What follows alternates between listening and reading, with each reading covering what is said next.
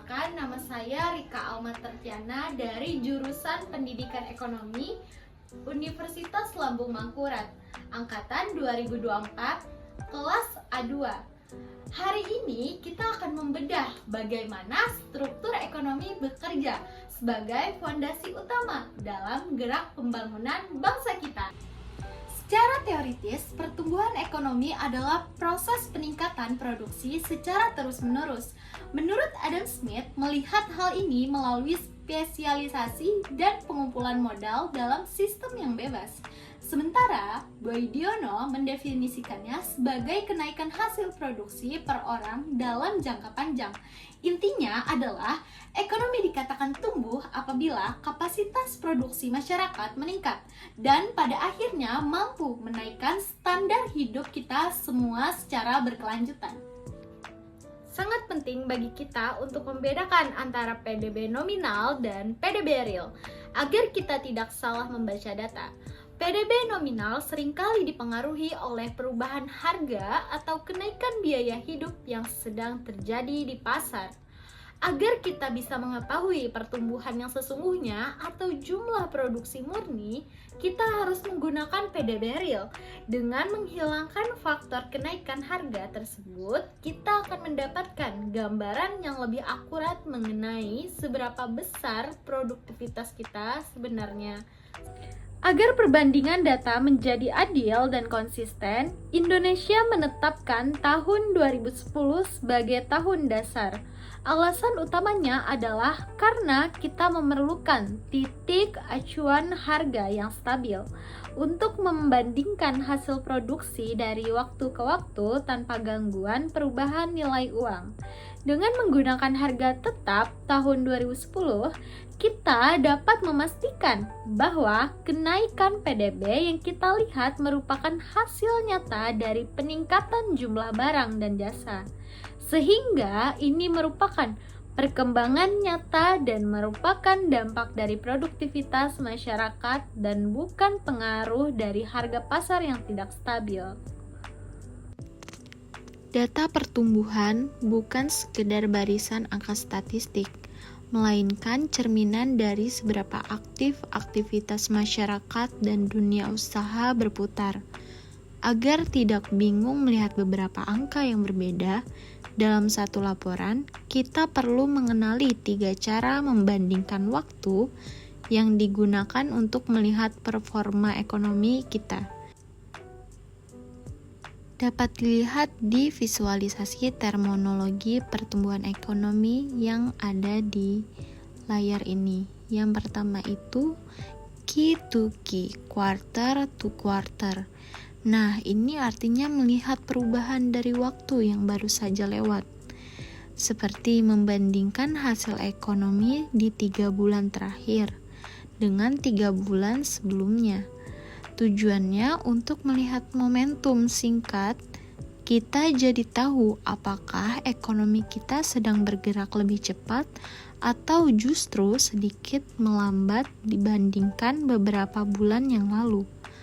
Yang kedua, year on year atau year on year, membandingkan situasi yang sama di tahun berbeda. Membandingkan kondisi akhir tahun ini dengan kondisi akhir tahun lalu. Tujuannya agar perbandingan setara, karena aktivitas masyarakat di akhir tahun biasanya selalu melonjak seperti liburan akhir tahun, maka lebih adil jika dibandingkan dengan suasana akhir tahun sebelumnya agar polanya terlihat jelas. Lalu yang ketiga yaitu C to C atau kumulatif to kumulatif.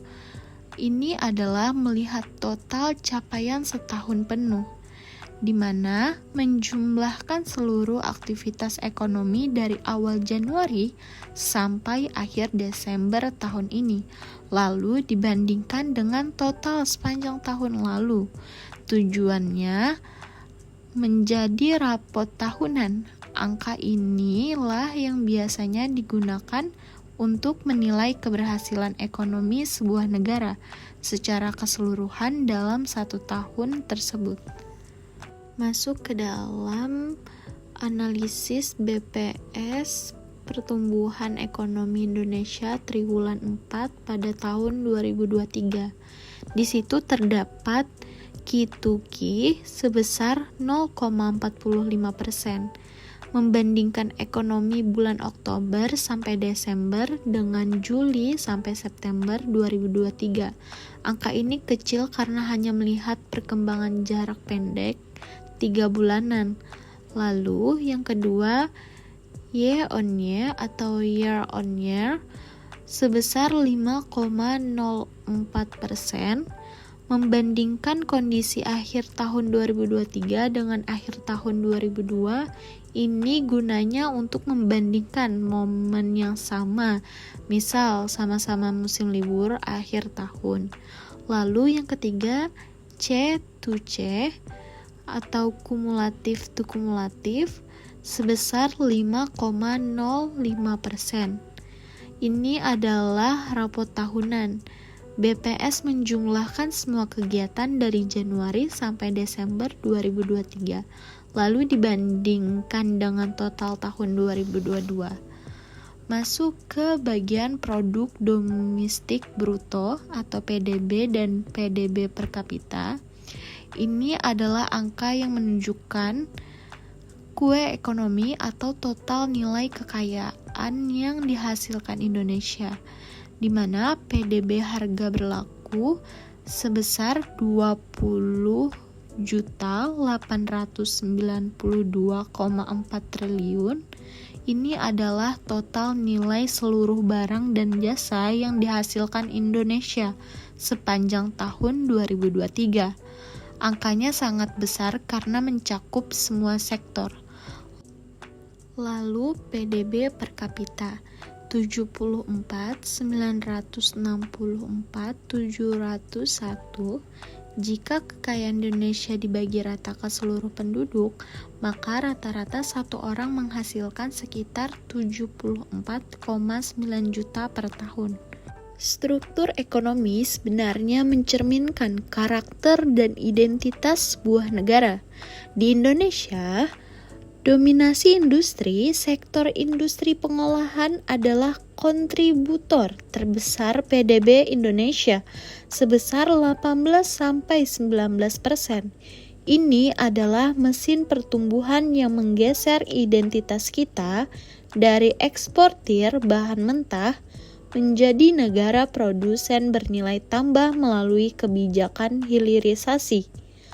Lalu, penyokong utama lainnya adalah di bawah industri ekonomi kita digerakkan oleh sektor perdagangan sebesar 13-14% yang mencerminkan kuatnya konsumsi domestik serta sektor pertanian sebesar 12-13% yang tetap menjadi identitas dasar dan pilar ketahanan pangan. Struktur ini bersifat dinamis, di mana pergeseran dari sektor awal seperti pertanian menuju sektor pengolahan atau manufaktur menandakan adanya proses perubahan ekonomi menuju negara yang lebih maju dan modern. Fenomena nyata ini bisa kita temukan pada potensi lokal yang kita miliki sendiri, seperti pada kerajinan kain sasirangan. Saat kita berhasil mengubah kain sasirangan menjadi desain menarik, disitulah terjadi peningkatan nilai tambah. Aktivitas produktif seperti inilah yang memperkuat struktur ekonomi kita, mulai dari tingkat kecil hingga memberikan dampak nyata pada angka pertumbuhan nasional. Nah, begitulah pemaparan kita pada hari ini. Pertumbuhan ekonomi itu bagi kita bukan hanya mengenai pencapaian angka statistik saja, melainkan bagaimana struktur yang ada mampu menciptakan lapangan kerja dan pemerataan bagi seluruh lapisan masyarakat. Sebagai masyarakat baik, kita memiliki tanggung jawab untuk menjaga pertumbuhan ini agar terus berkelanjutan. Saya Rika Alma Tertiana, terima kasih dan salam ekonomi.